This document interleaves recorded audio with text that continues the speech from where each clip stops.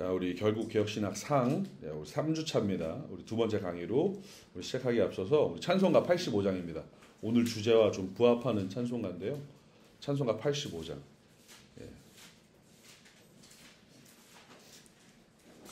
찬송가 85장 9주를 생각만 해도 우리 이 1, 2, 3, 4, 5절 각 절의 그 가사들을 좀 잘 상고하시면서 같이 함께 찬양했으면 좋겠습니다. 찬송가 85장입니다. 구주를 생각만 해도 이렇게 좋거든. 주 얼굴 배울 때에야 얼마나 좋으랴.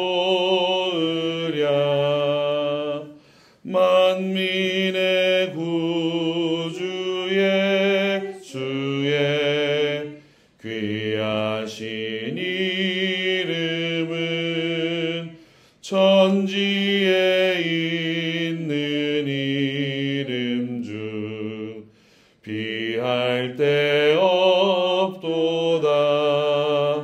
참 회개하는 자에게 소망이 되시고 구하고 찾는 자에게 기쁨이 되신다. 예수의 넓은 사랑을 어찌다 말하랴. 주 사랑 받은 사람만 그 사랑 알도다. 사랑의 구주 예수여 내 기쁨 되시고 이제로부터 영원히 영광이 되소서. 아멘. 우리를 사랑하사 끝까지 사랑하시고 우리를 위하여서 당신의 가장 사랑하시는 독생자 예수를 우리에게 보내신 그 사랑의 하나님, 오늘도 우리에게 귀한 날을 허락하시고 또 그 사랑의 하나님을 더욱더 깊이 알아갈 수 있도록 말씀과 교리적인 부분들을 통하여서 함께 배우고 나아갈 수 있는 귀한 시간을 허락하여 주시니 감사합니다. 하나님, 오늘도 우리가 배우고 익히는 일에, 주 안에서 자라가는 일에 우리가 게으르지 않도록 우리의 마음과 우리의 심령을 주장하여 주시고, 특별히 말씀을 통하여서 우리가 바라볼 때에 우리가 말씀을 우리의 생각과 우리의 뜻대로 풀어내는 것이 아니라 우리 안에 도우시고 조명하시는 성령의 역사하심 가운데 바르게 바라보며 또 그것을 통하여서 깨닫고 더 크게는 우리의 삶을 변화시키는 귀한 초석으로 또 디딤돌을 삼을 수 있는 복된 시간이 되도록 하나님 이 시간 우리와 함께하여 주옵소서. 온전히 주의 은혜 가운데 거하며 또 자라는 귀한 시간 되길 간절히 원하며 살아계신 예수님의 이름으로 기도합니다. 아멘. 자, 제가 하나 물어보겠습니다. 혹시 지난주에 저랑 공부하셨던 거 한 번 더 보셨다? 이렇게 좀 뭐 집에 가서 짬을 내셔서 한 번 더 이렇게 읽어보시고 하셨다. 네. 괜히 물어봤네요. 네, 왜 그러냐면 제가 이번 강의를 준비하는데 원래 이 강의의 내용이 저희 중등부 여름 수련회 강의 중에 하나입니다. 그래서 이걸 강의로 쓸까 아니면 중등부 전체 수련회의 큰 틀로 쓸까라는 생각을 지금도 계속 하고 있는데, 강의를 준비하면서 느끼는 건 한 주제만 해도 제가 쪼개면 3-4번 이상씩 할 수 있을 것 같고, 오늘 같은 경우도 제가 이 1번을 들어가기 앞서서 1번 전까지의 인트로만 한 40-50분을 쓸 수도 있겠다 싶은 마음이 들 만큼 양이 많았는데, 여러분들이 한 주만 들으시고 이거를 그냥 딱 끝내면 솔직한 얘기로 다 이해하기 어려울 수 있거든요. 그래서 남기고 또 생각하고 다시 봐야 우리가 나중에 우리한테 어떠한 질문지를 던졌을 때 명확한 기준으로 답을 해줄 수 있는데 그게 없으면 안 될 것 같다는 생각에 제가 여쭤봤어요. 혹시 하고 계신가? 한 번 더 보셨는가? 예, 물론 여러분 안 보셨다고 하지만 그러면 또 이렇게 말씀드릴 수 있을까요? 보십시오. 보셔야 됩니다. 그래야 여러분들이 또 안 하세요. 제가 더 이상 이제 조직신학 강의를 하지 않겠다. 올해까지만 하고 더 이상 하지 않겠다. 그래서 올해 상반기, 올해 하반기까지만 조직신학 강의를 하고 이제 성경으로 다시 돌아가려고 하고 있는데 이거 하시면 성경을 보는 관점이나 아니면 우리가 믿고 있는 이 신학과 신앙이 어떤 방향으로 가는지에 대해서 명확하게 정돈이 될 거거든요. 제가 그건 단언할 수 있습니다. 그럼 여러분들 그거 하시려면 내 걸로 만들어야 되는 거거든요. 제가 농구를 했었는데 농구를 하면 똑같은 동일선상에서 슛을 기본적으로 어떠한 포지션이든지 100개 이상씩 던집니다. 자리를 정해놓고 그 자리에서 100개를 던져요. 이 이유는 하나죠. 동일하게 계속해서 그 감각을 익히는 거거든요. 언제 그 공이 와도 내가 그걸 던질 수 있는 그 감각이 내 몸에 있게끔 하기 위함인데 제가 가만 보니 오늘날의 교회를 움직이시는 분들 혹은 오늘날 신앙생활 하시는 분들 또 이 유튜브나 이 온라인을 통하여서 굉장히 많은 정보들을 신앙적인 정보들을 이게 받으시는 분들이 대부분의 교인들이라는 거죠. 근데 거르지 못하고 정돈하지 못하고 그냥 다 밀려오는 대로 가요. 그러면 어느 순간 머리에 탁 치는 무언가들이 있을 수 있어요. 근데 그게 감동적인 말이 될 수도 있고 정돈되지 않고 그냥 어떠한 보여지는 것이 프레임이 좋은 거여서 그냥 나한테 인상이 남을 수 있어요. 제가 영상 자료를 잘 안 쓰는 이유 중에 하나 뭐냐면 영상을 쓰면 그 영상만 머리에 남습니다. 제가 가시적인 자료를 남겨서 그걸 보여드리면 그것만 머리에 남을 확률이 너무 높아요. 그래서 제가 가끔 PPT도 안 쓰고 이런 걸 잘 안 쓰는 부분이 있는데 여러분들이 뭐 예를 들어서 A교회, B교회, C교회, D교회 어떤 목사님 설교가 좋더라, 어떤 목사님이 강의 좋더라 이걸 다 들었습니다, 여러분들. 그때 여러분들이 이걸 걸릴 수 있어야 되는데 그 걸릴 채반이 안 만들어진 상태에서 받으면 여러분들 신앙이 이렇게 됩니다. 여러분들이 돌아가실 때까지 신학교를 가지 않는 이상 들을 수 있는 확률이 거진 없다고 보시면 됩니다. 교회에서 그런 거 잘 얘기 안 해요. 왜요? 기분 나빠하고 불편해하는 사람들이 많으니까. 근데 교회가 해야 되는데 그런 부분들을 저는 하기 위해서 지금 이 강의를 하는 것이고 여러분들이 꼭 2번, 3번씩 더 들어보시면서 점검하고 정돈할 수 있도록 그 많은 양들의 무언가가 쏟아진다 그래도 제가 필요한 것들만 채반에 걸쳐서 갖고 갈 수 있는 그 신앙 상태, 신학의 그 정도를 만드시는 것이 너무 중요하니까 꼭 그렇게 하시면 좋겠고 그렇게 해야 됩니다. 오늘 왜 그래야 하는지에 대해서 제가 이따가 한번 강의 때 나누게 될 건데 그 내용을 좀 기억하시면서 오늘 강의를 좀 시작했으면 좋겠습니다. 오늘은 이 강의입니다. 오직 그리스도, 오직 그리스도, 솔루스 크리스투스입니다. 라틴어로 써서 오직이 솔라였죠 지난번에. 근데 제가 전에 명확하게 말했죠. 5S. 그래서 3 솔라, 1 솔루스, 1 솔리.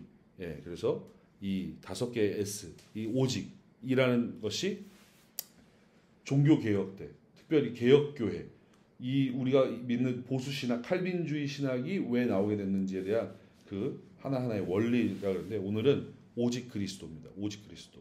그럼 지난주에 뭐였죠? 지난주에 했던 게 솔라, 스크립투라, 오직 성경. 즉 성경은 무엇이다? 하나님의 말씀이다. The Bible speaks, same이죠. 뭐하고? God speaks. 하나님이 말씀하신 것이 곧 성경. 그러니까 우리가 성경을 바라보는 걸 곧 하나님의 말씀으로 받아야 한다. 이것이 굉장히 중요한 거예요. 이것을 시작으로 우리가 이제 개혁신학을 하나씩 더 배워가게 되는데 하나님의 말씀인 성경을 따라서 우리가 변해야 한다. 회개해야 한다. 우리가 개혁을 해야 한다. 그래서 개혁된 교회는 늘 말씀에 의해서 개혁되어야 한다고 제가 지난주에 마지막 문장 읽었지 않습니까? 변했지만 또 다시 우리의 삶을 말씀에 입각해서 보고 또 변해야 한다는 그 얘기를 드렸어요. 그래서 오늘 그 얘기에 이제 이어서 오직 그리스도로 가는데 자 오직은 알겠죠? 오직은 이제 아시잖아요. 무슨 얘기인지 이것밖에 없다는 거잖아요. 오직. 그러면 그리스도가 뭡니까? 그리스도 여러분 그리스도 질문을 하지 말까요? 그리스도가 뭘까요? 여기 분명히 온라인으로 듣고 계시는 분들은 집에서 혼자서 그리스도가 이거지 뭐 이렇게 말씀하실 거예요. 안 보이시니까. 예. 그리스도는 여러분들이 아시다시피 우리가 이렇게 이해하면 제일 쉽습니다. 이거는 이제 여러분들 머릿속에 그냥 박아두시면 됩니다. 그리스도는 메시아와 같은 단어입니다. 메시아는 구약에서 말하는 구속자, 우리를 구원할 자를 얘기하는 것이죠.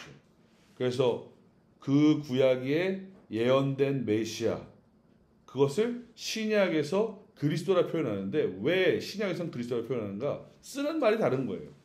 이 사람들은 아람어, 히브리어를 썼고 그 말로 썼을 때 표기가 메시아였던 겁니다. 메사이아. 그래서 그 메시아에서 이 헬라어를 쓰는 그리스 말을 쓰는데 그것을 쓰지 않고 크리스토, 예, 기름 부음 받은 자라는 뜻이거든요. 그래서 그리스도라는 이름을 쓴 것입니다. 그래서 구약의 메시아와 동일한 것이죠. 구원자, 기름 부음 받은 자, 하나님께서 약속하셔서 이 이스라엘 백성들을 건져내 그냥 단순히 보여지는 물질 세계 가운데 건져낸 것이 아니라 영적인 저 영원한 하나님의 나라로 인도할 유일하신 중보자를 이야기하는 것이 그리스도인데, 특별히 아까 제가 말씀드렸지만 기름 부음 받은 자라고 했잖아요. 그럼 기름 부음 받는 그 세 가지 중요한 직분이 있지 않습니까? 구약에 첫 번째는 왕이죠. 그 다음은 제사장이죠. 또 하나는 선지자. 왕과 제사자, 선지자. 그래서 이것을 삼중직이라 부르는데 이 세 가지 직분, 중요한 직분을 다 동시에 감당하신 분이 예수 그리스도시죠. 예수님이시죠.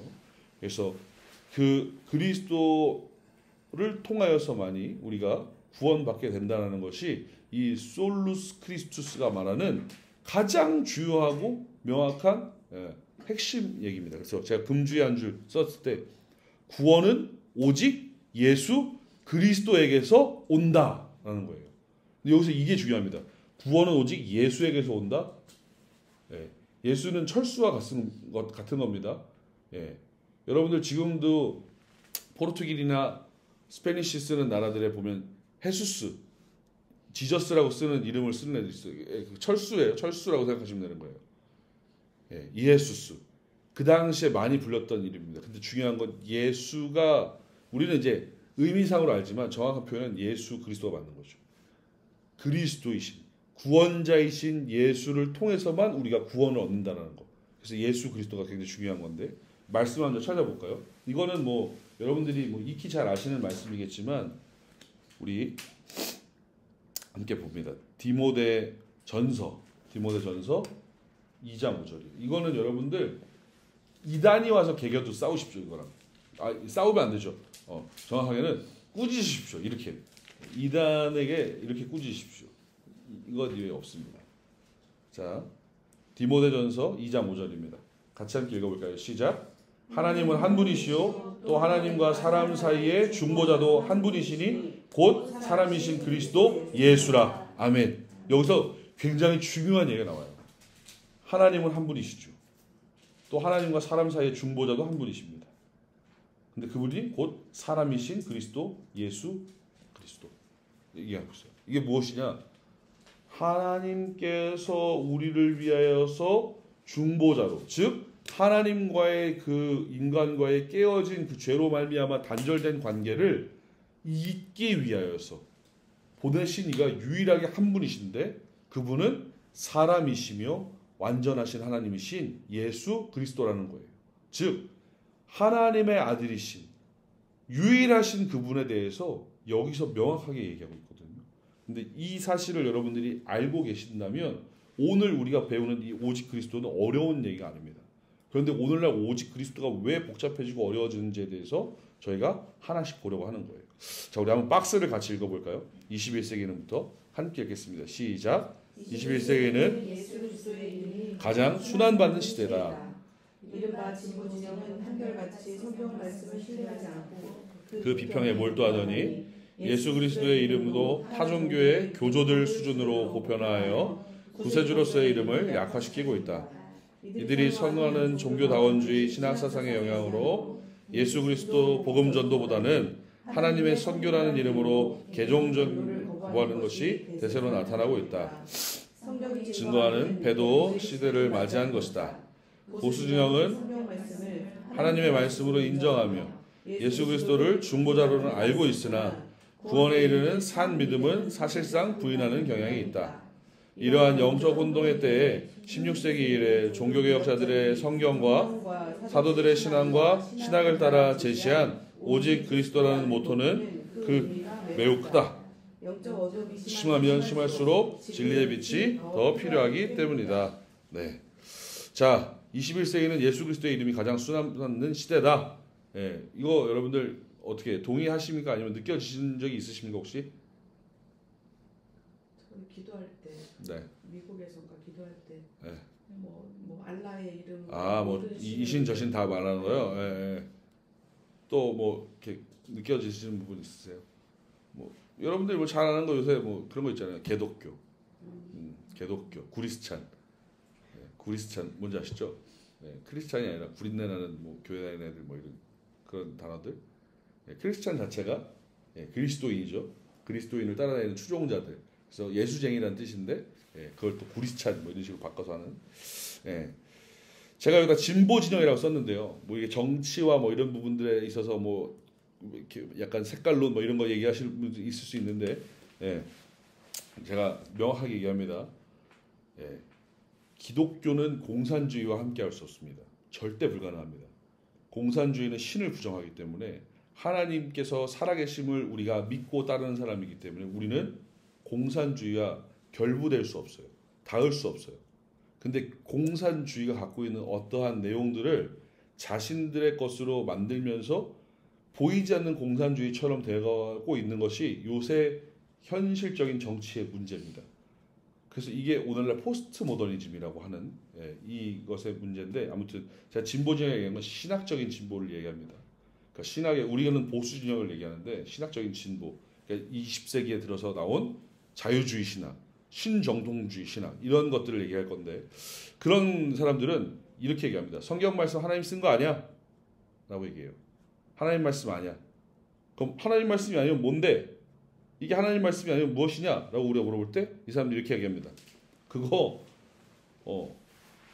종교를 믿는 어떠한 하나님이라는 신을 믿는 한 종교인이 마음에 감동이 돼서 쓴 에세이 같은 것이다 라고 얘기하는 거죠. 그래서 사람이 한 부분이 있고 드러날 때 여긴 걷어서 좀 검증해야 될 부분들이 있고 이런 식으로 나눈다는 거예요. 그러니까 성경 말씀 자체를 그대로 하나님의 말씀을 받지 않는 상태.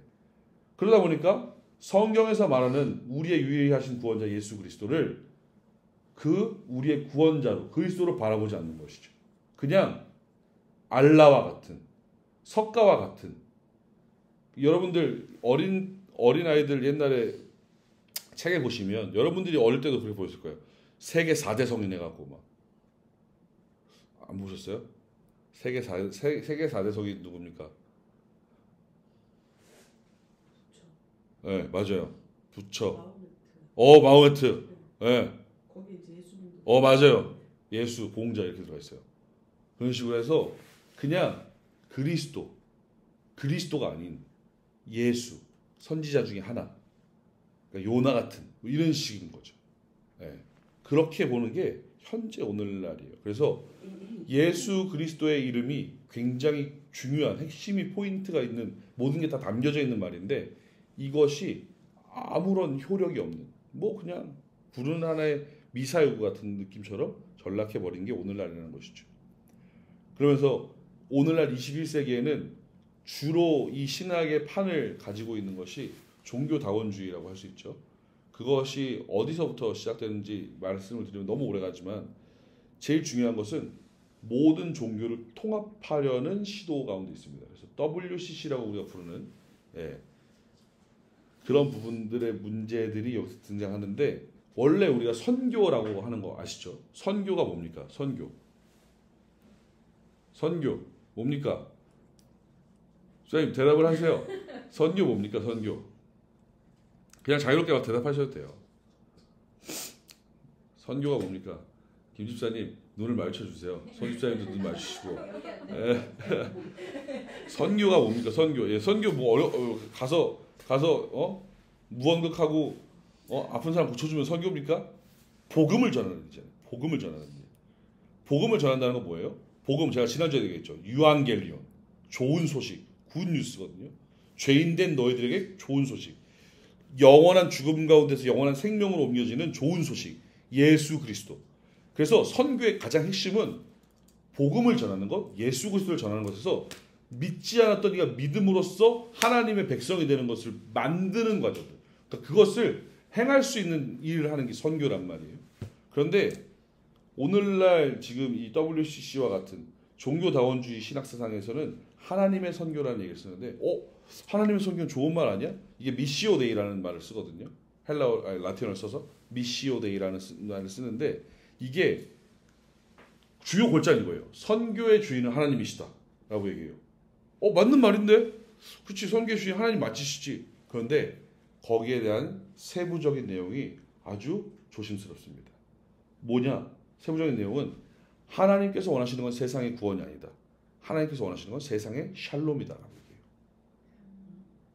그렇기 때문에 전쟁과 기근과 어떠한 정의와 평화가 필요한 곳이 있으면 그곳엔 그게 있으면 되는 거예요.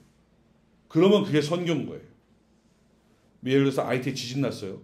2009년도에 거기에 물자 들고 가고 아픈 사람들 고치러 들어갔어요. 그럼 그거 선교하는 거라는 거예요. 복음 안 전해도 되는 거예요. 말 같지도 않은 소리죠. 선교는 명확한 거예요. 아까 제가 말씀드렸지만 복음이 전해져야 돼요.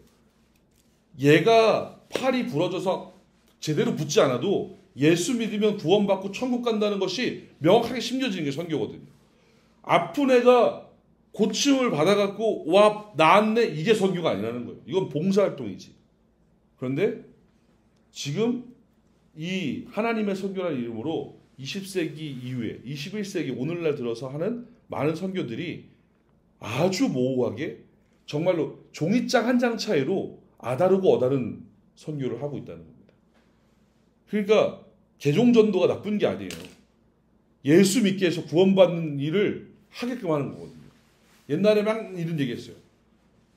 지도를 피면은 14십창이라고 해서 복음 전도가 제일 안 되는 그 섹터가 나옵니다. 위도와 경도 이 14십 고창 있는 그 부분을 두고서 막 기도하고 가는데, 옛날 같았으면 가서 복음 들고 가서 그 사람들 변화시키고 그 사람들 예수를 믿게 하자 이거였으면 그 사람들의 삶을 바꿔주고 그 사람들의 상황을 편하게 해주고 정치적으로 불편하거나 어떠한 도움이 필요한 것들을 우리가 세워주면 그 사람들이 잘 살게 되고 그를 통하여서 믿게 될 것이다. 아니에요. 이거는 굉장히 조심스럽지만 아주 교묘한 술수입니다. 예수 그리스도를 전하다 죽는 게 맞죠. 예수 그리스도를 전하지 않고 거기서 다른 거 하다가 죽었는데 순교한다. 저는 제가 이거 왜 말씀드리냐면 실질적으로 있었던 얘기입니다. 아프리카에 선교를 하러 가신 선교사님께서 아프리카에서 선교를 하려는데 복음을 전하려고 했는데 복음이 안 들어가니까 내가 여기서 한국인이라는 그 특성을 갖고 한국 문화와 어떠한 걸 가르치면서 가까워졌을 때 내 삶이나 내 모습을 통해서 궁금해하고 그러면 내가 이 복음을 전할 수 있는 기회가 오겠지라는 생각을 하신 거예요. 근데 그 기회가 닿지 않았어요. 그러다가 그 생활이 고착되면서 그 안에서 사업을 하시고 자기 바운더리를 넓혀가시면서 그냥 삶이 윤택해지는 삶으로 사셨어요. 그러면서 이제 선교팀들이 오면 막 이제 보여주고 소개하고 이런 일들 하셨나 봐요. 그분은 복음 전하지 않은 것 같거든요. 제가 봤을 때는 뭐 이거 하나님이 판단하시겠지만, 근데 그분이 거기서 돌아가셨어요. 차량 사고가 나서 고의적인 뭐 사고였다고 제가 들었는데 돌아갔어요. 순교라고 하는 거예요. 그래서 복음 전하다 죽은 게 순교인데 왜 이렇게 순교를 값없이 갖다 붙일 수 있는가라는 것에 이제 굉장히 화가 났었거든요. 그런 것처럼 지금 신학적인 본질을 흔들려고 하는 것이 오늘날의 많은 이 신학의 사조들이 그렇다는 겁니다. 전체가 100이라고 하면 100 중에 85가 그렇다고 보시면 돼요. 굉장히 많은 숫자예요. 100명이 모였을 때 나랑 같은 신앙을 갖고 같은 신학적인 색깔로 얘기할 수 있는 사람이 15명 채 남짓 안 될 수도 있다는 겁니다. 그러니까 이 상황 가운데에서 우리가 그럼 제대로 하려고 하는 것 무엇이냐? 말씀 중심으로 하는 것, 말씀이 얘기하는 구원에 대한 것이 명확하게 서는 것. 그래서 그 구원에 대해서 오늘 얘기하는 것이 바로 이 솔루스 크리스투스입니다. 왜 이것을 우리가 제대로 알아야 하는가에 대해서 오늘 이제 이후에 계속 볼 텐데, 특별히 우리 믿는 이 개신교 안에 이 보수 신학을 하는 사람들 안에서도 예수 그리스도의 이름에 대해서 말은 하지만 실질적으로 그 예수 그리스도의 이름을 이름만으로 텍스트까지만으로 생각하고 삶으로 안 끌고 와서 구원자로서 자기가 받아들이지 않는 삶처럼 사는 게 너무 많은 모습이라는 거예요. 예수 그리스도가 나를 위해서 죽으셨어요. 그분 때문에 내가 살고 내가 그분 때문에 예수 그리스도로 말미암아서 하나님의 자녀가 되었는데 이것을 구원받은 백성이면 이것대로 살아야 되잖아요. 이것을 가지고 살아야 되는데 안 산다는 거예요. 결국에 반쪽짜리만 이름만 갖고 그렇지 그렇게 믿는 사람으로 끝난다는 거죠. 근데 믿음은 결국에 야고보서에서 말하면 행함으로 열매를 맺습니다. 행함과 믿음은 같이 가게 되어 있다는 것이죠. 그래서 제가 여기 아까 썼는데 이 산 믿음이라는 것, 리빙 페이스라는 것이 칼빈이 썼던 단어인데 뭐 몇몇 신학자들이 뭐 이걸 더 확장시켜서 뭐 해석하려고 했지만 정확하게 이겁니다. 산 믿음의 핵심은 이거예요. 예수 그리스도로 말미암아 내가 의롭다 칭함받은 죄인인데 내가 죄가 없는 것처럼 나를 가리우는 예수 그리스도로 옷 입은 사람은 이 예수 그리스도로 말미암아 저 천국에 가는 그날까지 내가 구원받은 백성으로 살도록 나를 도우시는 내가 믿는 가운데 내 안에 동시에 역사하시는 성령의 역사 가운데 그렇게 살도록 이끌려간다는 칭의와 성화의 과정이 함께 있는 것을 이 리빙 페이스라고 하는 거거든요. 그런데 구원받았다고 얘기하는데 삶을 개떡같이 산다. 이거는 죽은 믿음인 거죠. 그래서 이 산 믿음을 제대로 갖고 있는 것, 곧 예수 그리스도의 이름을 제대로 믿고 있는 것, 예수 그리스도의 이 의미와 그 모든 본질적인 것을 제대로 알고 있는 것이라고 생각하시면 될 것 같아요. 그래서 이것을 제대로 갖고 있었던 사람들이 누구냐? 바로 초대교회 교부들 그리고 사도들이겠죠. 그들과 같이 우리 또한 우리 삶 가운데서 그렇게 살아내야 한다는 것을 좀 제가 확장해 가면서 이야기를 하도록 하겠습니다. 특별히 오늘날 이 기독교의 가장 큰 반대되는 세력이라고 저는 가장 큰 대규모의 이단이라고 생각하는 집단이 있습니다. 어딜까요? 천주교. 예, 그렇죠. 세계 최대의 적그리스도죠. 왜 제가 이걸 명명화하냐면 그들이 하고 있는 일이 그렇습니다. 네. 자, 예수 그리스도 외에 다른 이름을 주신 일이 있습니까? 없습니까? 사도행전에 구원받을 만한 다른 이름을 주신 적 있어요? 없어요? 없죠. 뭐 담임 목사님이 너무 좋아서 담임 목사님의 이름으로 기도하면 저 신학자의 칼빈의 이름으로 기도 말도 안 되는 얘기죠. 그런데 천주교에 그런 일들이 실질적으로 있지 않습니까? 네, 천주교는 예수 그리스도의 이름으로 기도하지 않아도 됩니다.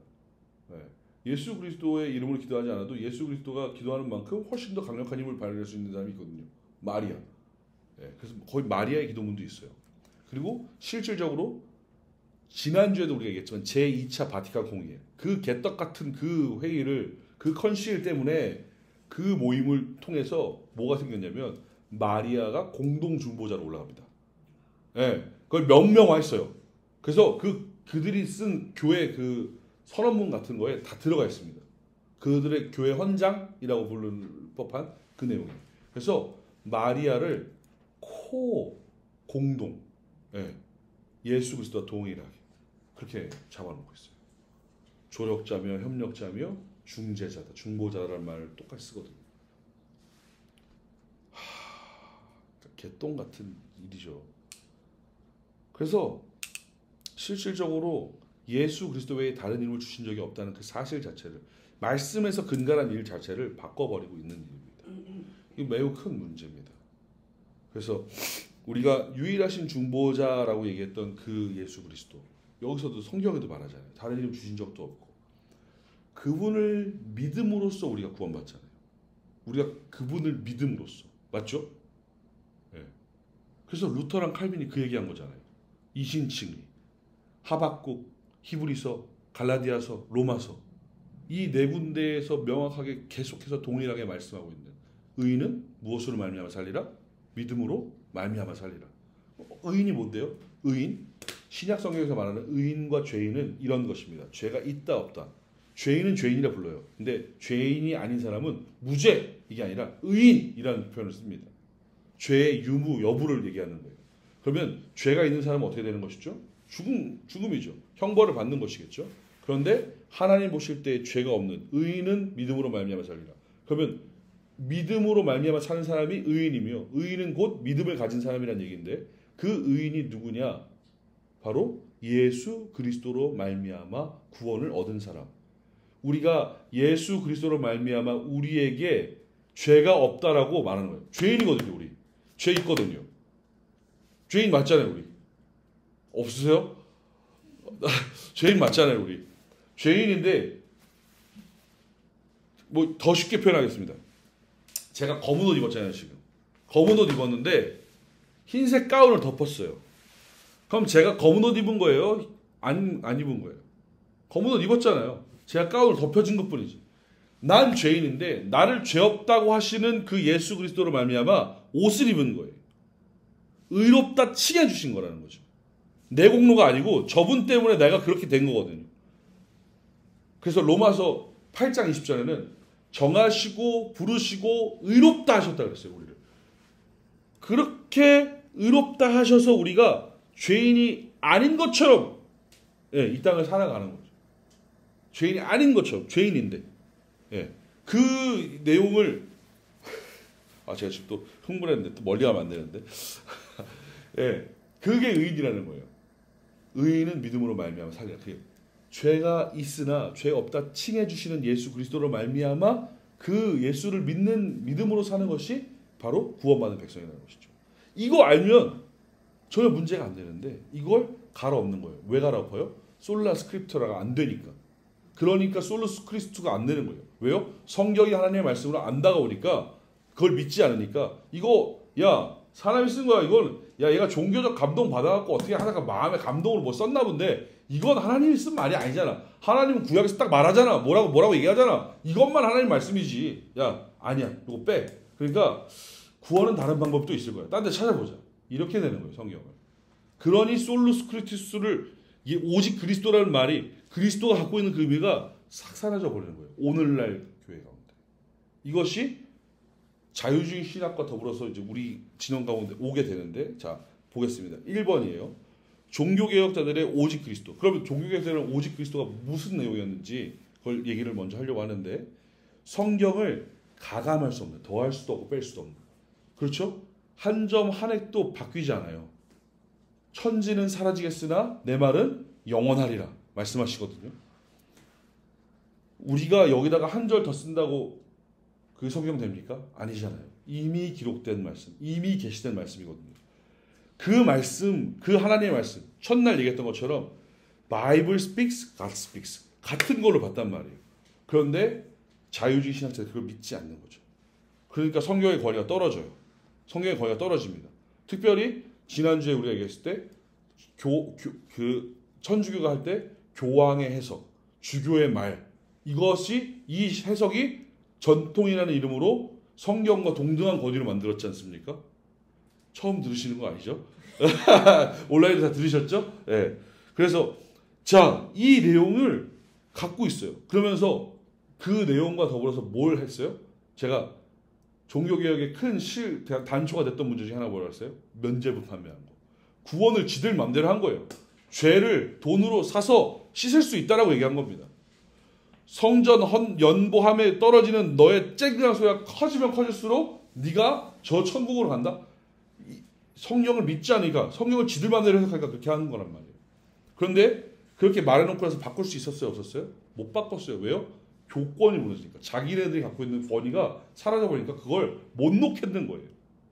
결국 그것을 더 공신력 있게 만들기 위해서 회의를 2번이나 더 하고, 오늘도 얘기하겠지만 제2차 바티칸 공의회가 결국에 거의 모든 지금의 카톨릭을 아주 우상화시킨, 그냥 쐐기를 박아놓은 결정체라고 보시면 됩니다.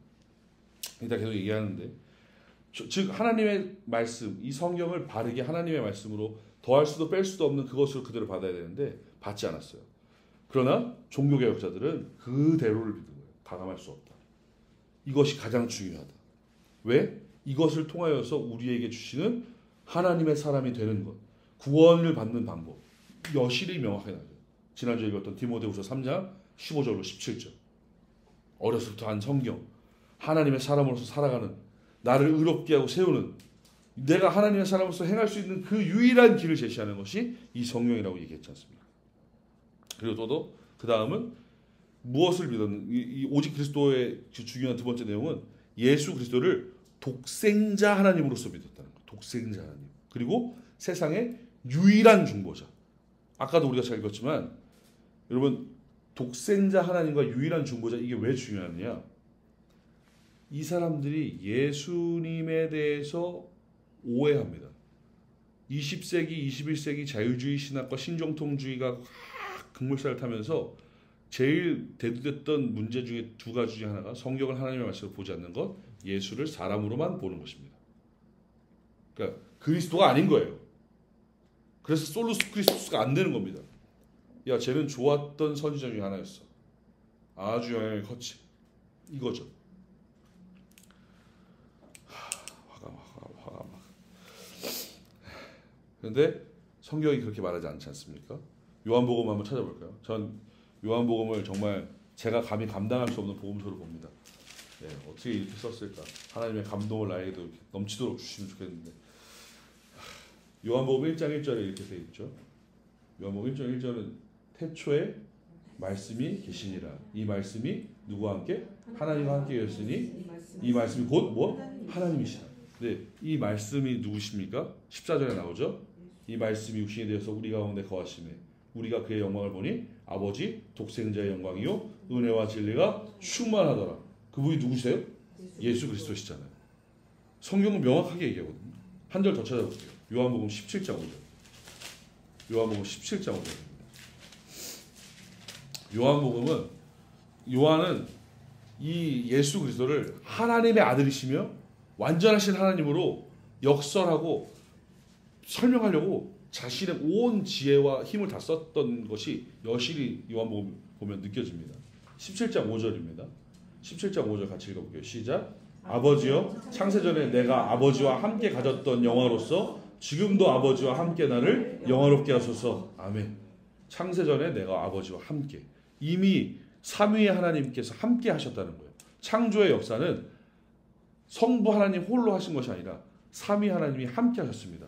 창세기 1장 26절, 자 우리가 내려가서 그들이, 자 우리라는 표현이 왜 나옵니까?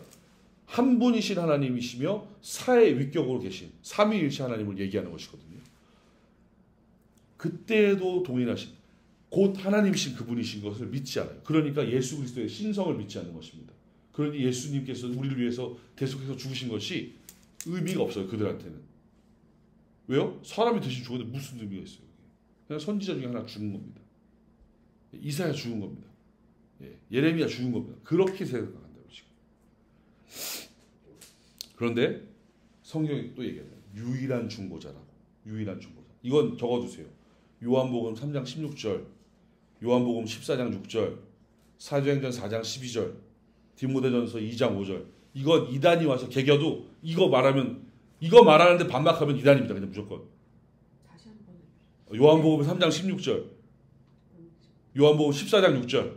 내가 곧 길이요 진리요 생명이니 나로 말미암지 않고서는 아버지께로 갈 자가 있다 없다? 없다. 그 얘기예요. 14장은. 그리고 사도행전 4장 12절.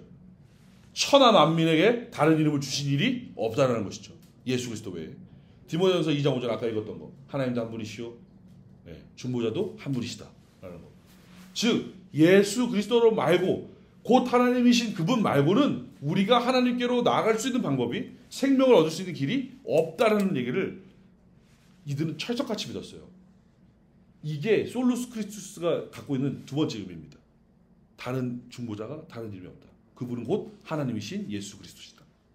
세 번째는 그분을 믿는 믿음으로 인한 구원을 받는다는 거예요. 믿음으로 구원을 얻는다는 거예요. 믿음으로 인한 은혜로 구원을 얻는 거예요. 예수 그리스도가 여기 앞에 있습니다. 자, 예수님이 지나다니실 때 그들을 지칭하는, 그들을 따라다녔던, 예수님을 따라다녔던 사람들을 두 가지 표기로 나누죠. 뭐라고 나누냐면 제자와 무리입니다. 제자는 그분이 그리스도이신 줄 믿는 사람들이었고, 무리는 야 저기 가면 뭐 떡 나오나 보다, 야 저기 가면 뭐 콩고물이 떨어지겠지, 이걸 바라본 사람들. 즉 그 예수와 긴밀하게 컨택되어 있고 닿지 않고 예수의 그 사역과 그 예수의 고난과 예수의 어떠함에 인볼브되어 있지 않았던 사람들, 관련이 없던 사람들이 무리라고 지칭되어 있는 거예요. 저 앞에 나를 위해서 십자가에 달리신 저분이 있는데 저분을 믿는 믿음이 있는 사람이 있고 그렇지 않은 사람이 있었다는 것이죠. 그런데 이 종교개혁 그리스도에 대해서 얘기할 때는 저분을 믿는 믿음으로만 우리가 구원을 얻는다는 사실을 명확하게 했어요. 왜요? 아까 얘기했잖아요. 하피갈로, 하박국, 히박국이란다. 하박국, 히브리서, 갈라디아서, 로마서. 오직 의인은 믿음으로 말미암아 살리라. 예. 제가 건조해갖고 큰일 나네. 이거 좀 끄겠습니다.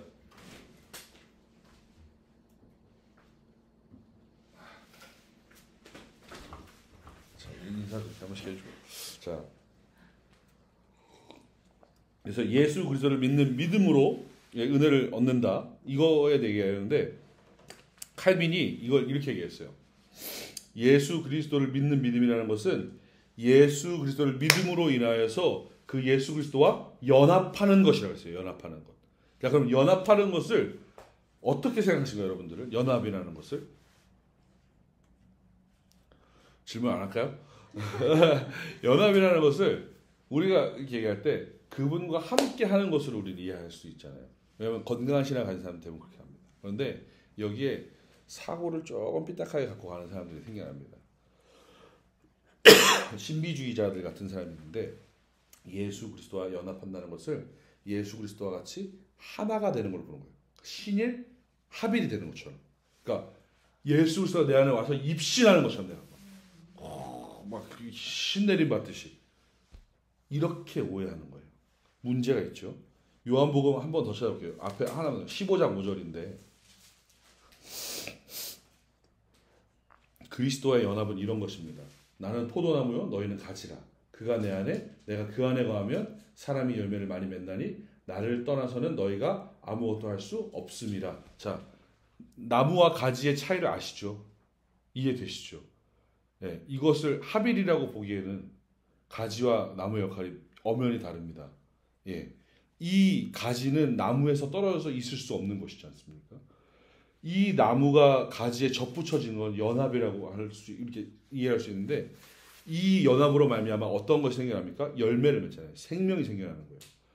이 가지로 접붙여짐으로써 우리가 죽었던 우리가 생명을 얻게 되는 그 칼빈이 얘기했던 그리스도의 연합은 회개가 따르는 생명으로 이르는 연합입니다. 그런데 이걸 오해했던 사람들, 그 칼빈과 동시대에 있었던 사람들, 신비주의자들은 어떻게 신일 합일인 거예요. 그래서 어떻게 되느냐? 창세기 3장에 나오는 하와가 꼬임을 받죠. 사탄에게. 뭐라고 받습니까? 야, 너 그거 먹어봐. 야, 너 그거 먹지 말라 했어. 그거 먹으면 죽는다 그랬어. 아니, 죽지 않아. 너 그거 먹으면 하나님과 같이 될 수 있어. 기억하시나요? 3장 5절인데 하나님과 같이 될 수 있다 그래요. 하나님과 같이. 즉 하나님이 되려 하는. 결국에 그것이 하나님께서 우리에게 주신 은혜를 저버리는 배반의 일이며 그것이 결국에 죽음으로 치닫는 일이 되는 것이죠. 그러니까 신일 합일이 아니라 연합의 관점은 명확하게 우리가 그분으로 말미암아 살게 되는, 접붙여지는 그것을 여러분들이 이해하셔야 됩니다. 그래서 이 내용을 알고 나면 이게 이해가 됩니다. 그 연합으로 말미암아 예수 그리스도로 말미암아 내가 칭의, 의롭게 되고 그 의롭게 된 내 인생을 내가 믿을 때에 내 안에 선물로 주시는 그 성령으로 말미암아 내가 이 땅을 살아가면서 성화의 과정, 하나님 앞에 하는 그 삶을 거룩하게 살아가는 힘을 주신다는 거예요. 중요한 건 칭의도 성화도 내가 한다? 아니요. 받는 거예요. 주시는 거예요. 은혜인 거죠. 그래서 이것을 우리가 알고 있는 것처럼 초대 교부들이 이 종교개혁자들이 그렇게 알았어요. 오직 그리스도의 내용은 이것이다. 하나님의 말씀이 가감없는 정말로 살아계신 하나님의 말씀을 우리가 받는 것이며 그리고 그 말씀을 통하여서 우리에게 말씀하신 대로 그 말씀이신 예수 그리스도 곧 하나님이신 그분 그 예수 그리스도만이 우리의 구원자가 되신다. 그리고 우리는 그것을 믿음으로만 우리가 은혜를 입어 구원을 얻는다라는 것이 이 솔루스 크리스투스를 이야기한 이 초대 종교개혁자들의 이야기였대요. 주요 골자였다는 거예요. 그런데 중요한 건 이거를 까기 시작하는 사람들이 나옵니다. 이걸 야 아닌데 그거 아니야. 야, 잘 생각해봐. 그 사람들이 누구냐? 이제 여러분들이 이제 오늘날 우리가 막 문화적으로는 많이 참 그 말들을 좋아하고 어떻게 보면은 되게 멋있는 말인데 14세기부터 16세기 유럽을 중심으로 퍼졌던 르네상스입니다. 르네상스라는 말은 불어죠. 재생이라는 말이에요. 다시 살린다, 살아난다는 얘기인데 예수님이 있던 시절, 예수님이 계시던 그 시절을 좀 지나서 로마와 그리스에서 가장 많이 등장하고 나온 것들이 뭐냐면 그들의 철학입니다. 말 그리고 사상. 그래서 이것을 우리가 뭐라 하냐면 고대의 인본주의라고 해요. 그들의 철학과 사상은 사람이 중심이었어요. 모든 물질 세계에 어떤 것이 돌아가는 것을 결국에 사람을 위하여 사람의 관점으로 해석하고 만들어냈단 말이죠. 그래서 그것을 가지고 생각했는데 르네상스가 뭐냐면 그때로 돌아가자요. 야 지금 이렇게 좌지우지돼 갖고 왔다 갔다 야 신만 바라보는 게 아니라 야 인간이 중심이지. 그래서 그때 그 탁월했던 지성과 이런 것들을 가시고 다시금 살아내자. 그게 르네상스의 아주 기초적인 베이스에 깔려있는 시작입니다. 근데 이것이 나쁜 것만 아니었어요. 왜냐하면 옛날 걸 다시 하려면 뭐 해야 돼요? 옛날 걸 연구해야 되잖아요. 그러면 성경도 똑같았어요. 말씀도 똑같았어요. 그 당시의 말씀, 원전들을 찾아보는 일들이 많았단 말이에요. 그러면 보는 거예요. 그러면서 루터도 거기서 야 이거 아는데? 우리가 라틴어 세불세불 하는 게 이게 이 사람들 구원하는 게 아닌데? 헌금하면 땡그랑이 구원이 아닌데? 야 믿음으로 말미암아 의인은 산다 그랬는데 야 이거 아니야? 95개 좀 한번 딱 이게 된 거거든요. 루터도 칼빈도 원어에 굉장히 탁월했던 사람들인데 탁월할 수밖에 없었던 것이 르네상스라는 그 시대적인 흐름 가운데 원어를 원전을 그 옛날 그것을 날 것 그대로를 제대로 이해할 수 있는 귀한 바탕이 됐던 것이죠. 그래서 이 신앙을 가지고 아주 굉장히 건강하게 지켜나가면서 종교개혁이 일어나게 됐는데 종교개혁만 일어나면 참 좋죠. 근데 그렇지 않았잖아요. 르네상스를 통하여서 또 발전하게 된 게 있습니다. 여러분 르네상스 이후에 우리가 흔히 얘기하는 이제 무슨 주의들이 막 줄어 나오기 시작하지 않습니까? 그 르네상스를 시점으로 한 200년 후에 그 르네상스의 중심이었던 프랑스를 중심으로 나온 첫 번째 문제거리들이 등장합니다. 그게 뭘까요? 갑자기 세계사 시간이 돼갖고 저는 굉장히 이걸 너무 행복해하고 좋아하는데 이상한 사람이 된 것 같은데 약간 여러분들 잘 아시다시피 인라이트먼트라 그래서 계몽주의가 나와요. 계몽주의 깨어나야 된다는 거예요. 깨어나야 된다는 거. 근데 뭐 때문에 깨어나요? 뭘로 깨어나요? 이성으로. 사람의 이성으로. 그리고 사람이 경험하는 것. 이성과 경험을 중심하여서 깨어나고 변화해야 한다는 걸 얘기하는 겁니다. 이 르네상스를 지내고 그 일들로 인하여서 깨어나야 된다고 말했던 그 사람들 중에서 가장 대두됐던 그 18세기 계몽주의의 거의 탑이었던 순수이성 비판인가요? 누구죠? 칸트죠? 칸트를 중심으로 해서 그 계몽주의를 펼쳤던 사람들, 그 계몽 철학 가운데 계몽주의에 가장 중요했던 사람들의 영향을 받아서 18세기 말 무렵에 이제 이게 나옵니다. 휴머니즘, 인본주의가 등장하기 시작해요. 명확한. 그리고 그 휴머니즘을 넘어서 나온 것이 19세기의 모더니즘입니다. 그리고 그 모더니즘 이후에 포스트 모더니즘. 그럼 이 포스트 모더니즘과 휴머니즘은 이런 관계입니다. 휴머니즘이 있어요. 인본주의가 있어요. 그럼 포스트 모더니즘은 인본주의를 따라간 겁니다. 그 따라온 것에서 조금 더 발전된 게 포스트 모더니즘. 결국에 이 결계가 여기 인본주의, 사람이 중심이 되는 것으로 갔거든요. 그럼 사람이 중심이 되니까 신학에도 문제가 생긴다는 거예요. 무슨 문제가 생기냐? 신학도 하나님 관점 중심으로 봐야 되는 거예요. 하나님의 절대 주권과 하나님의 계시된 말씀을 통하여서 이 신학이 이렇게 보여져야 되는데 사람의 이성과 사람의 사고로 판단해서 신학을 쪼개는 거죠. 말씀을 쪼개는 겁니다. 구분시켜 놓는 거예요. 그래서 이 문서는 뭐 예를 들어서 이게 막 문서설이라고 했어요. 이거 모세가 쓴 게 맞고 모세가 한 게 아니고 이게 섞어서 해갖고 이렇게 보니까 이건 아니고 이건 맞다. 이런 식으로 결과값을 도출해내는 거죠. 문제가 굉장히 많이 생깁니다. 그래서 인간 중심이 된 신학이 결국에 이렇게 들어와요. 포스트 모더니즘까지, 인본주의까지 다 신학으로 들어오면서 결국 기독교 안에 이 자유주의 신학을 만들어냅니다.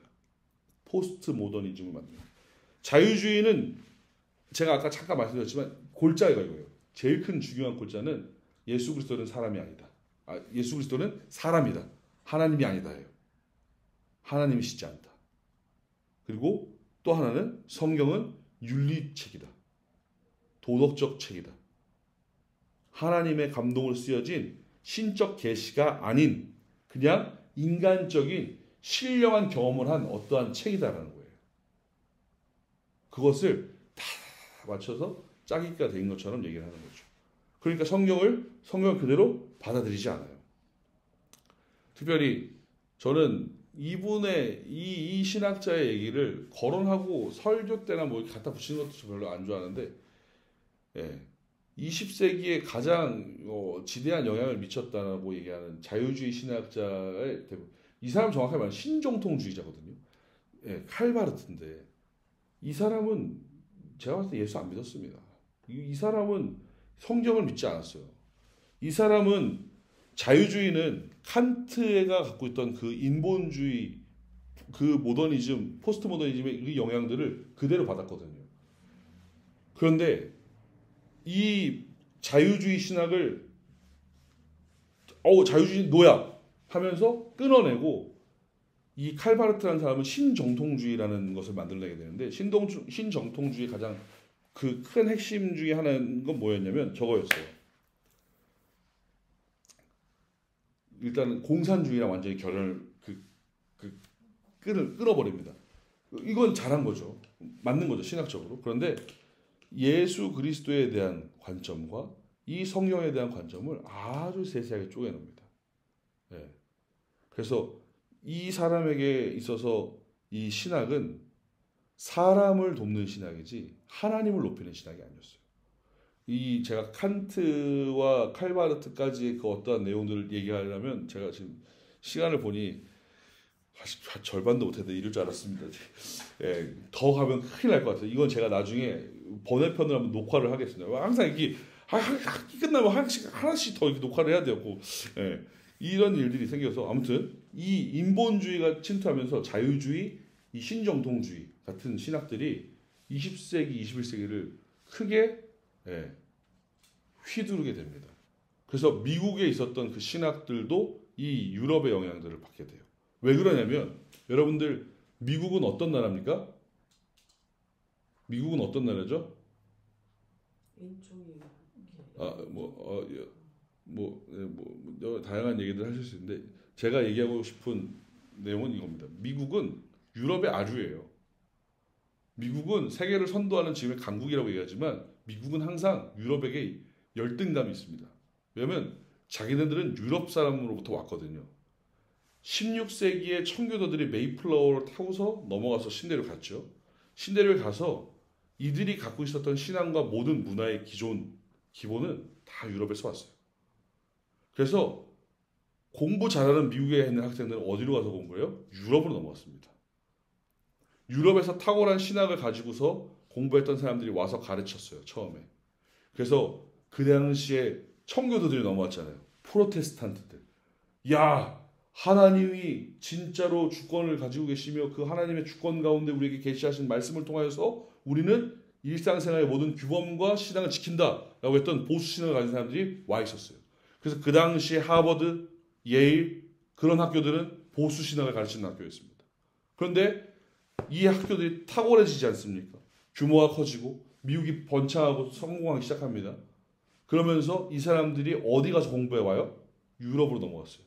근데 그 유럽으로 넘어갔을 때 그 19세기 자유주의 신학이 그 안에서 태동되고 있을 때였습니다. 칼바르트나 이런 사람들의 슐라이어마어 이런 사람들의 영향을 받고 공부한 사람들이 여기서 공부하고 다시 미국으로 와요. 야, 내가 유럽 가서 공부하고 왔는데 유럽이요? 반짝반짝반짝반짝 이렇게 되면서 신학이 뒤틀어진 거예요. 그래서 17세기에 조나단 에드워즈를 마지막으로 거의 신학 가운데 청교도 신학, 그 보수주의의 칼빈주의의 신학을 정말로 탁월하게 드높이며 그 가운데 신학이 퍼져나가게 한 사람은 미국에서 거의 끊어졌습니다. 없습니다. 그러다가 200년이 지난 시간 이후에 1900년대 자유주의 신학이 막 펼치기 시작하면서 1950년 이후에, 즉 세계 2차 대전의 종전 이후, 우리나라는 6.25죠. 그 이후에 사람들이 다시 고민하는 거예요. 야, 이게 맞아? 사람의 생각으로 이게 하는 게 맞아? 아니잖아. 다시 돌아가 보자. 심지어 이 칼바르트도 칼빈주의와 이런 것들을 너무 좋아하고 그대로 돌아갔어요. 하면서 이제 끄트머리가 갈라져서 아주 문제가 생긴, 끝단이죠. 2단이죠. 끝이 바뀌어서 문제가 생긴 건데, 그렇게 되면서 다시금 청교도주의, 보수신학, 개혁주의가 다시금 올라오게 된 거예요. 사람들이 잊고 살았어요. 왜요? 인본주의적인 포스트 모더니즘. 다 괜찮아. 나 잘 살고 있잖아. 사람이 성장하고 있잖아. 그러면 신학은 부수적이 된 거죠. 내가 오늘 하루를 살기 힘들었을 때 내게 주신 음식이 있어서 그 주신 음식을 감사하면서 하나님께 바라보는 것과 내가 늘 먹고 있는 가운데 이 음식이 그냥 먹는 것이에요. 그럴 때 그냥 의례적으로 하는 기도와 이건 엄연히 다른 모습이거든요. 근데 초창기엔 그런 신학이었다면 뒤에 가서는 이 기도는 하나의 액세서리 같은 게 돼버린 거죠. 신학은 삶의 한 부분인 거예요. 인본주의, 이 포스트 모더니즘 가운데 하나인 거예요. 근데 그렇지 않거든요.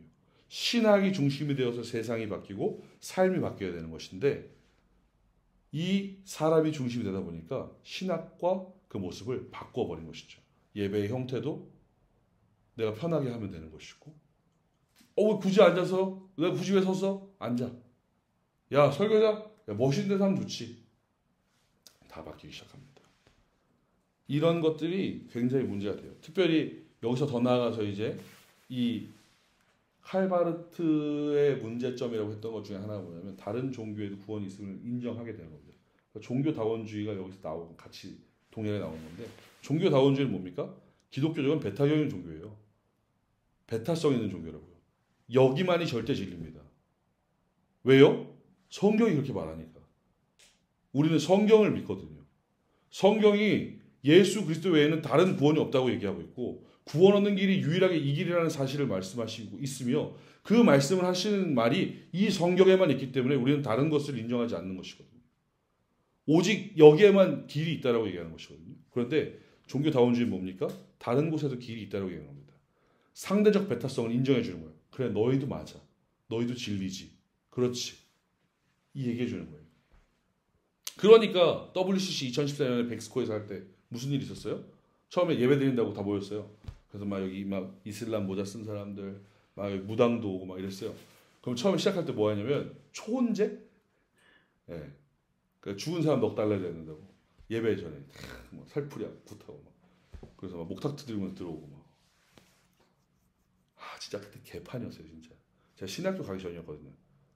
제가 회사 다닐 때였는데 2월 달이었거든요. 회사 휴가 내고서 내가 부산에 갔었어요. 막 반대편에서 막 총신대 학생들 와갖고 막 통성기도 하고 있고 울면서 막 그랬던 모습이 나는데 결국에 이 베타성을 인정하는 건 무엇을 인정하는 거냐면 저기도 진리가 있다는 거예요. 그럼 구원이 있다는 겁니다. 그러니까 이거죠. 제가 전에도 몇 번 얘기한 적이 있는데 산입니다. 산 꼭대기에 있습니다. 관악산 가보셨어요? 다들 관악산? 더 보편적인 산으로 할게요. 다 이해할 수 있는 산. 백두산. 네, 가보신 적 있으신 분들, 그렇죠. 저도 가봤습니다. 네, 백두산으로 갈 수 있는 길은 몇 개가 있을까요? 아닙니다. 4개가 있습니다. 북한에 하나, 중국에 3개. 네. 자, 그럼 올라가면 천지 봐요, 못 봐요? 다 꼭대기 가보면 천지 볼 수 있어요. 그건 같은 거예요. 야, 우리가 가는 길은 다르지만 꼭대기에서 만나자. 꼭대기에는 신이 있다. 절대자다. 모습이 다르다. 야, 너네도 진리 있고 여기도 진리 있다. 진짜 저 욕이 막 너무 하고 싶은데 아니잖아요. 없잖아요. 그렇게 안 써 있잖아요. 그러면은 성경이 그렇게 안 말했겠죠. 유일하신 중보자 예수 그리스도라고 안 말했겠죠. 중보자도 한 분이라고 말 안 했겠죠. 그러니까 이거를 이 종교 자유주의 신학하는 사람들, 이 포스트 모더니즘에 쩌든 사람들 뭐라고 얘기해요? 야, 그 사람이 감동에 경험한 게 예수 그리스도니까 예수 그리스도를 중보자로 한 분이라고 얘기한 거야. 라는 거예요. 지옥 가서 보자. 진짜 이런 마음이에요. 이런 것들이 그러니까 성경에 대한 권위도 떨어지고 예수 그리스도의 이름이 떨어지는 거죠. 왜요? 구원자가 아니니까 그들에게는 그런 문제들이 생기면서 그 신앙과 교리를 위협하는 사람들. 그래서 성경 말씀을 아까 가감할 수 없이 믿었잖아요. 종교개혁자들은. 이 사람들은 성경 말씀을 신뢰하지 않습니다. 인본주의 신학이 있기 때문에. 사람이 중심되는 신학이 있기 때문에 믿지 않는 거예요. 그러니까 여러분 보세요. 카톨릭은 교황이 엄청 높은 위치에 있지 않습니까? 바티칸의 꼭대기에 있는 사람. 그 사람을 뭐라 부릅니까? 예수 그리스도의 대리자라 불러요. 교황은 죄가 있습니까? 없습니까? 없어요. 벼락이나 맞았으면 좋겠다. 진짜 저 나쁘죠. 신학과 교회는 같이 가거든요. 바른 신학이 있으면 바른 교리 가운데 바른 교회가 되거든요.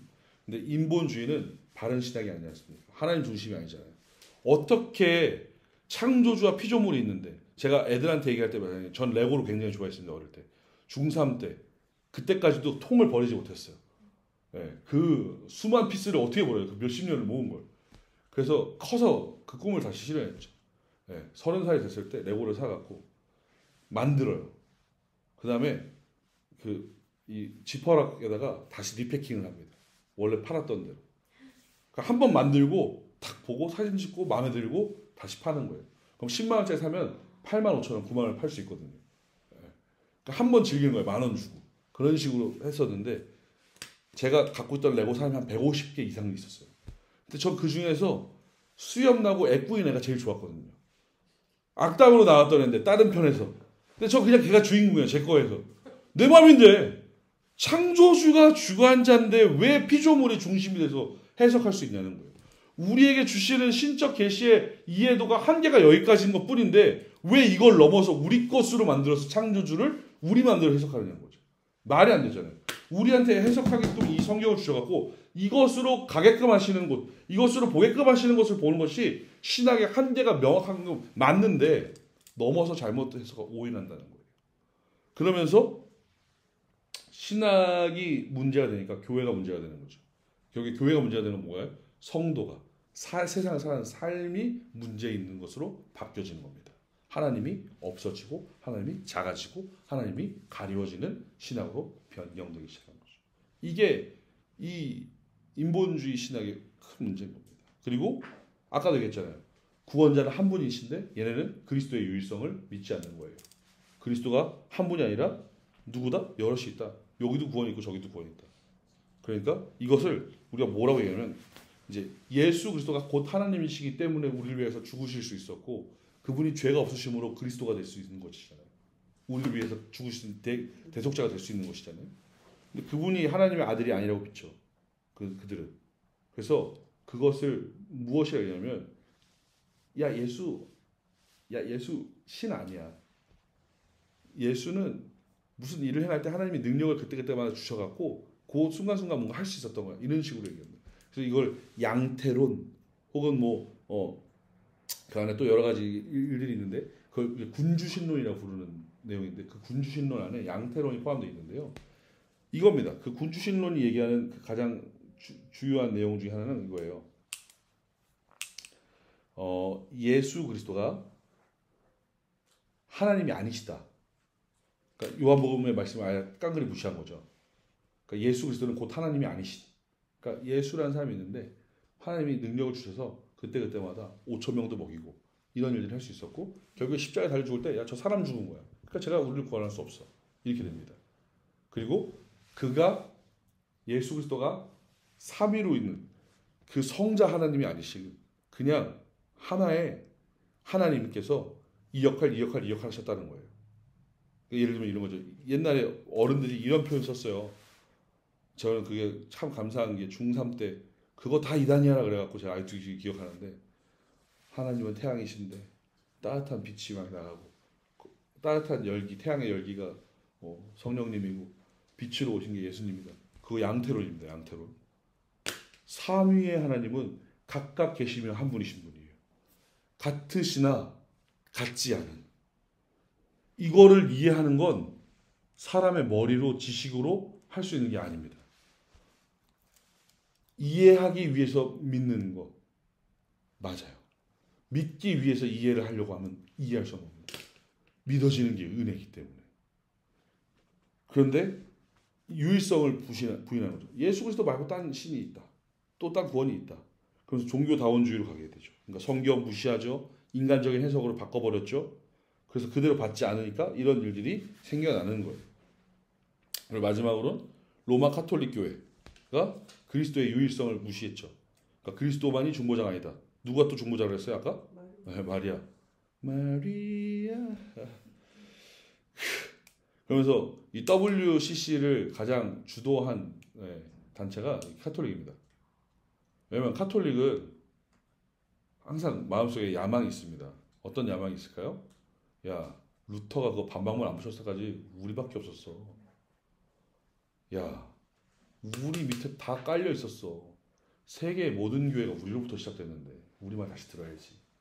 그러니까 개신교단하고 손 잡고 같이 합쳐 있으면 우리하고 뭔가 하면 그게 또 이를 포함이 되고 흡수가 된다고 생각해요. 근데 아니나 달라요. 실제 그런 일이 있었어요. 1990년도에 바하르 문서라는 것을 작성합니다. WCC 뭐 회의하면서 그 1990년대 그 바하르 문서에 뭐라고 되냐면 울타리 너머의 사람들이 있다는 거예요. 하나님을 알 수 없는 울타리 너머의 사람들. 그러니까 산으로 올라가는데 여긴 예수님으로 올라가는 길인데 여기 예수님이 아닌 다른 등산로가 있는 거예요.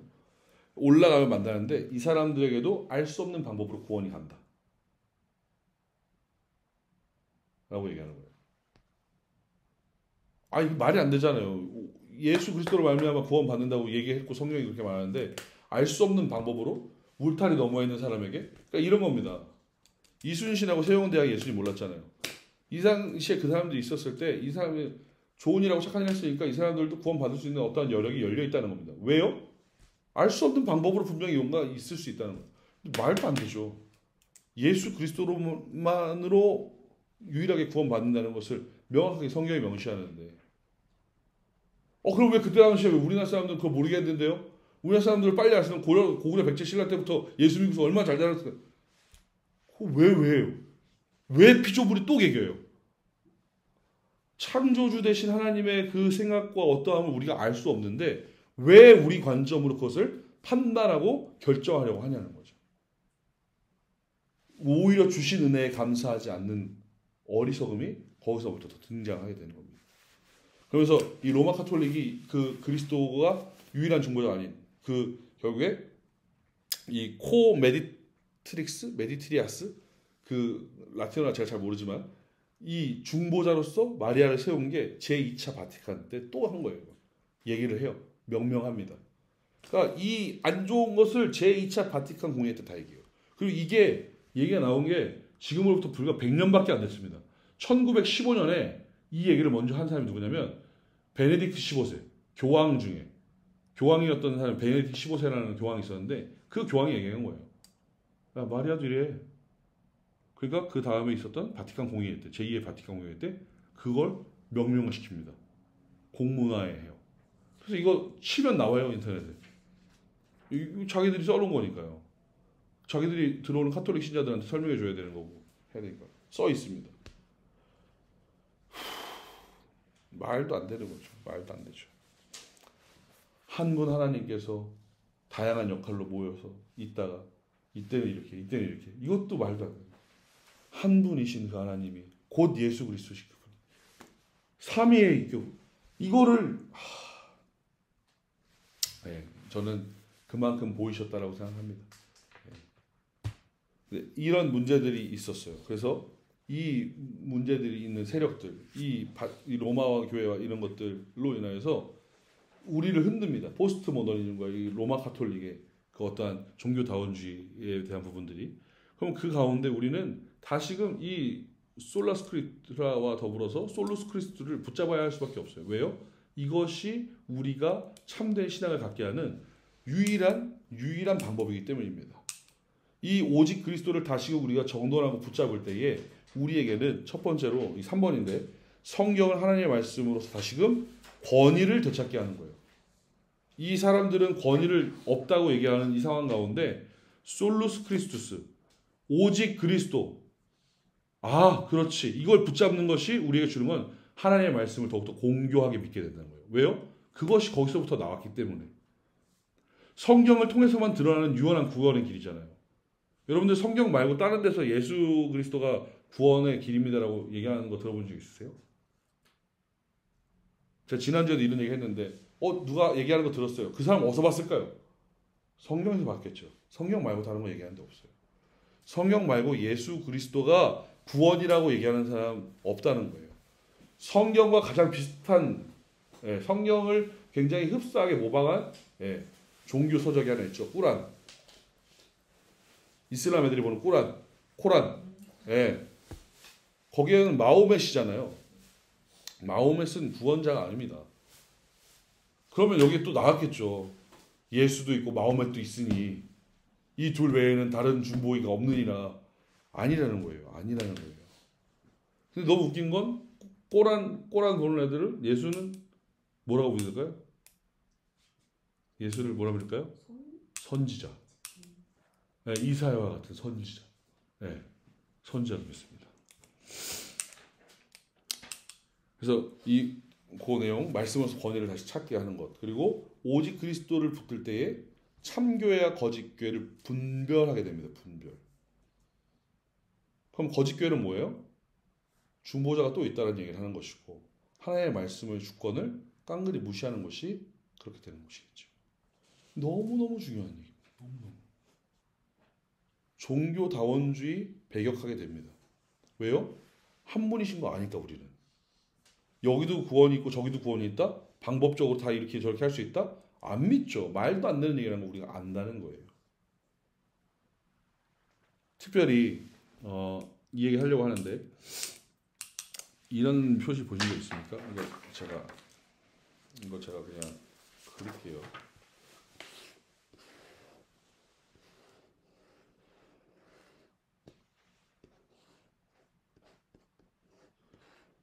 제가 이거 그림으로 그리는 거 굉장히 조심스러워할 수도 있는데 보셔서 이렇게 기억하셔야 될 것 같아요.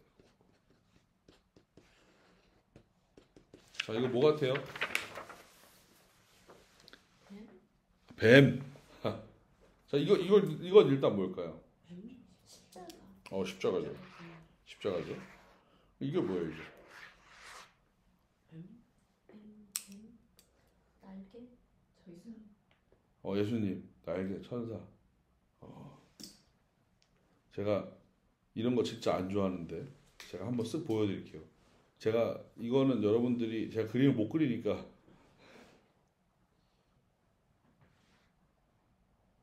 자, 이런 그림을 보신 적이 있는지 제가 보겠습니다.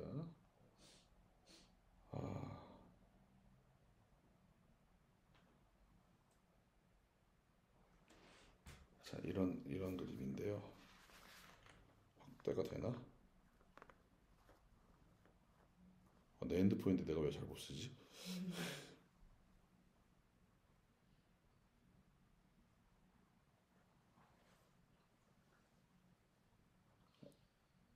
자,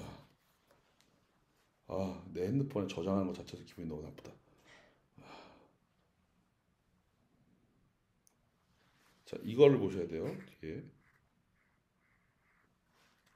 이렇게 되어 있는 거 보시면 돼요. 네.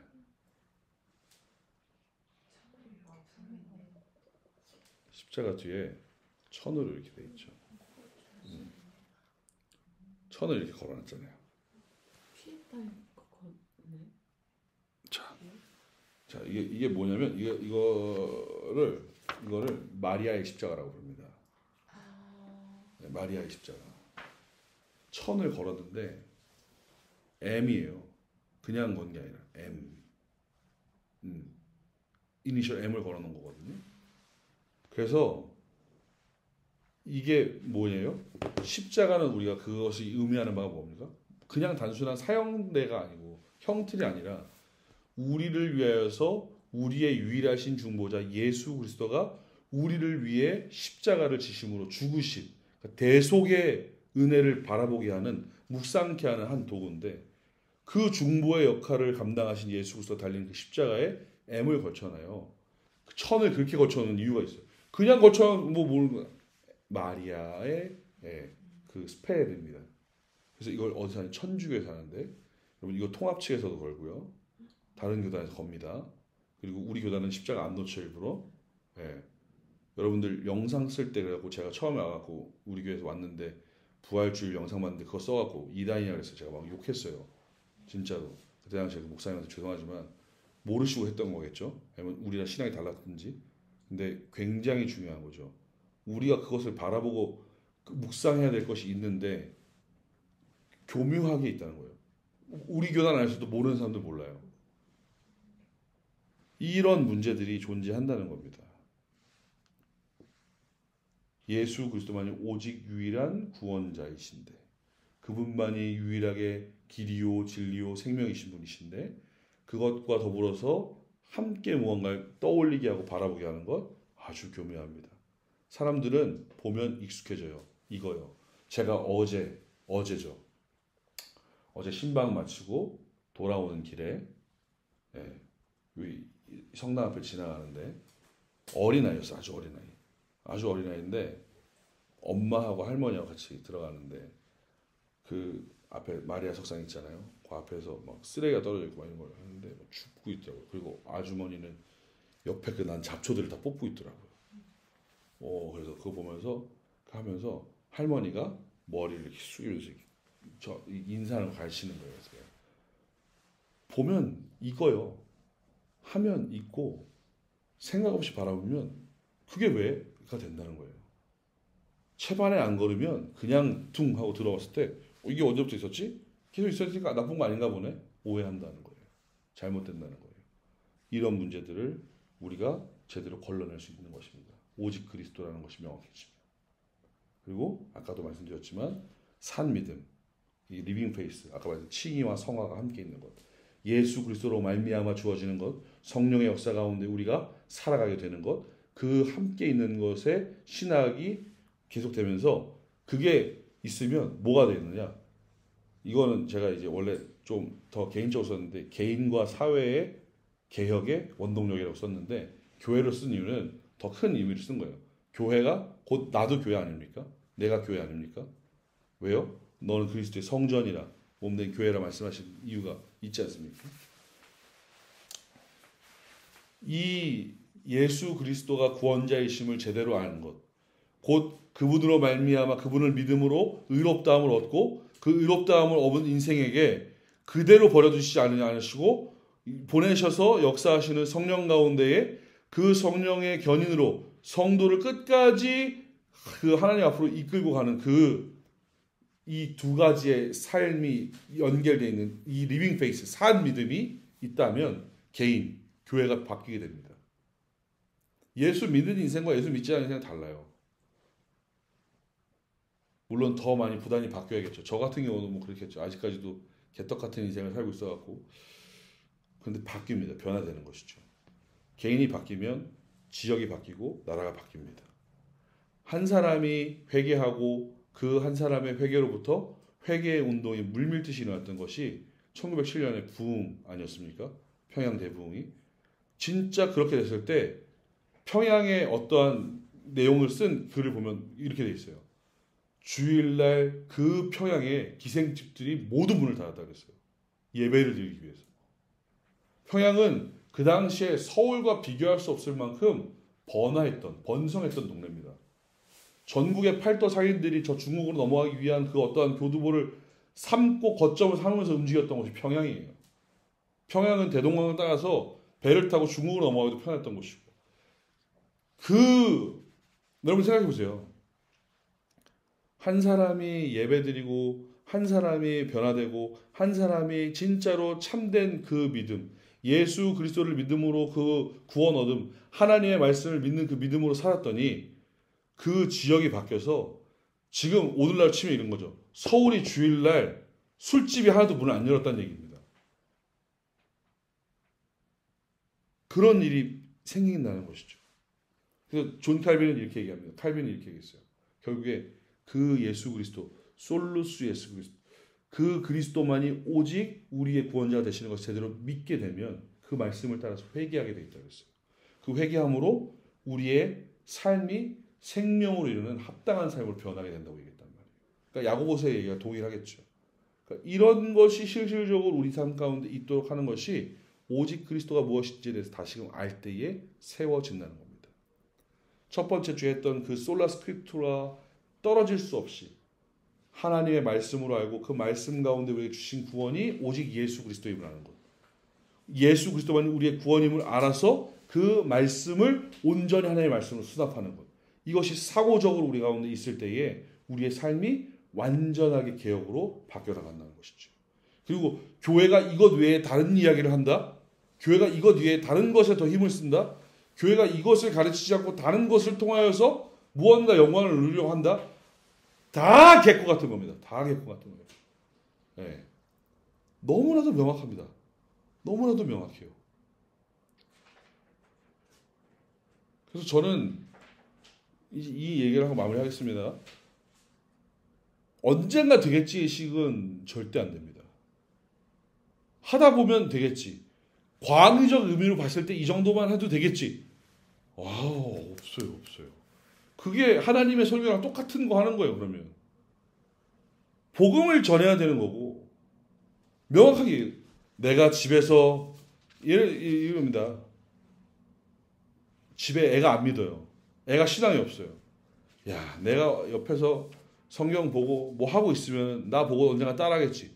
저는 그렇게 긍정적인 얘기 안 합니다. 복음을 전해야죠.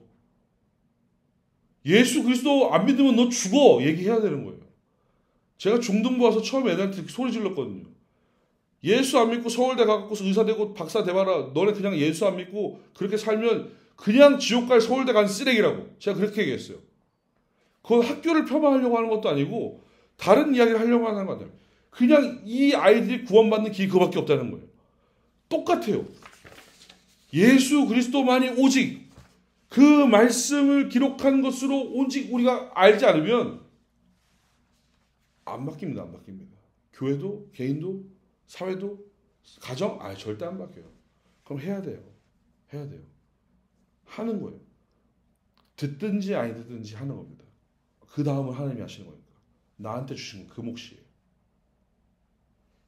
이 일이 굉장히 중요한 일입니다. 그래서 그냥 단순하게 오늘 오직 그리스도 이 내용이 그치 구원자이시 예수 그리스도시지 이것으로 알면 아까 말했던 것처럼 반쪽만 가는 거예요. 칭의 나를 의롭게 하신 그분 때문에 내가 구원을 얻었어요. 그 구원을 이루는 그날까지 이미 얻은 구원을 아직 이루지 못한 이미와 아직 그 사이에 이 삶을 살아내는 과정 가운데 성화 나를 인도하시며 성령의 역사 가운데 이끄실 예수 그리스도께로 이끄실 하나님께로 이끄실 그 삶을 살아내는 거예요. 그 살아낼 때 나를 괴롭히고 공격하는 것들을 이길 수 있는 것 그리스도 그 그리스도이신 곧 말씀 그것이 계속해서 붙어 있을 때에 우리가 온전한 개혁신학 바른 신학 가운데 서게 된다는 겁니다. 이게 가장 중요한 핵심이에요. 이게 없으면 땡이에요. 그래서 이제 이것과 더불어서 이것을 완성시켜가는 다음 주에 이야기가 또 등장하게 되는데 그것이 바로 솔라 그라디아 바로 오직 은혜인 겁니다. 그래서 이 내용을 이제 또 다음 주에 같이 함께 나눌 수 있도록 하겠고 한 줄로 정리해보는 오늘의 강의 저는 이렇게 했습니다.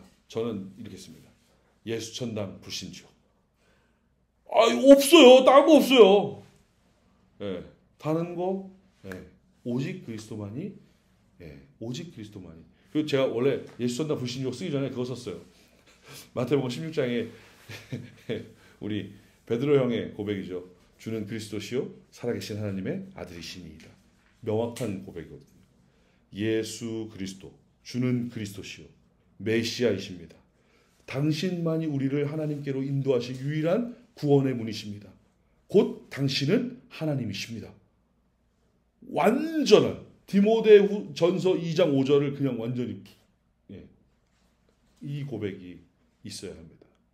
이것이 있을 때 여러분들이 진짜로 리빙 페이스, 산 믿음으로 살아내고 그것이 더 나아가 나와 가정과 교회와 우리의 삶과 모든 지경을 변화시키는 힘이 된다는 것이죠. 개혁시키는 그 사실을 여러분들이 잘 기억해 주셨으면 좋겠습니다. 그리고 오늘도 하고 싶었던 말은 이만큼 있었는데 요만큼밖에 못해서 아쉽긴 하지만 또 여러분 안에서 정돈시키실 하나님을 기대합니다.